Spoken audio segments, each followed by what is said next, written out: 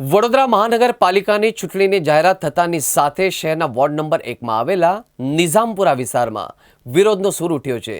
અહીં આવેલી અસ્મિતા park society તેમજ આસપાસની અન્ય સોસાયટીના રહીશોએ પાણીની ગંભીર સમસ્યાથી કંટાળીને પોસ્ટર અને બેનરો લગાવી વિરોધ નોંધાવ્યો છે।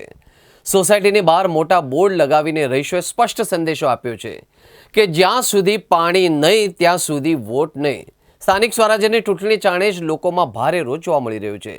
લોકોનું કહેવું છે કે અવારનવાર રજૂઆત કરવા છતાંય તંત્ર દ્વારા કોઈ નક્કર કાર્યવાહી કરવામાં આવતી નથી। રહીશોએ વધુમાં કહ્યું છે કે વર્તમાન ધારાસભ્ય કેયુર રોકડિયા જ્યારે 2022માં મેયર હતા ત્યારે અમે પણ રજૂઆત કરી હતી કે તે સમયે તેમણે આશ્વાસન પણ આપ્યું। આજે પણ પાણીની સમસ્યા જૈસે તે। ધારાસભ્ય બન્યા બાદ તેમને પત્ર લખી રજૂઆત કરતા તેમણે પોતાની ગ્રાન્ટમાંથી ફાળવણી કરી સમસ્યા ઉકેલવાની ખાતરી આપી હતી, પરંતુ હજુ સુધી કોઈ કામ થયું નથી। જો આ ચૂંટણીમાં કોઈ નિષ્ઠાવાન વ્યક્તિ ઉમેદવાર તરીકે નહીં હોય તો અમે ચોક્કસપણે નોટામાં મતદાન કરીશું। જ્યારે અમે મત આપીએ છીએ ત્યારે અમારી પ્રાથમિકતા જરૂરિયાત ગટર, પાણી અને રોડ રસ્તાની સુવિધાઓ મળવી જોઈએ। અમે છેલ્લા 30 વર્ષથી ભાજપના શાસનમાં હોવા છતાં પ્રાથમિક જરૂરિયાત એવા પીવાના પાણીથી વંચિત છીએ।